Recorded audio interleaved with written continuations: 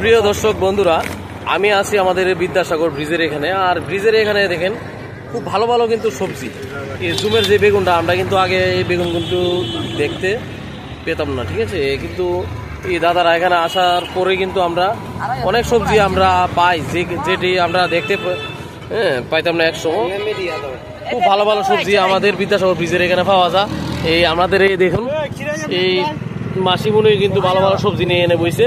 ওনার এখান থেকে কিন্তু আমি রাজমাও নিলাম, খুব ভালো রাজমা।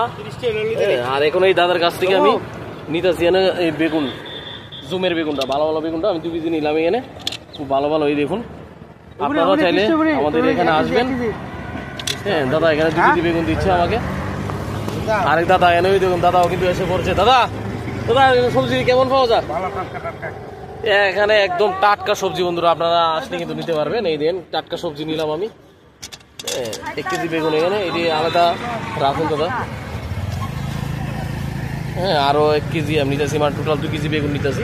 খুব ভালো ভালো বেগুন, বিশেষ করে এই বেগুনটি কিন্তু স্বাদ খুব ভালো, টেস্ট। এই দেখুন দাদা, এই বড় বেগুন দিতে দাও। হ্যাঁ, 2 কেজি বেগুন।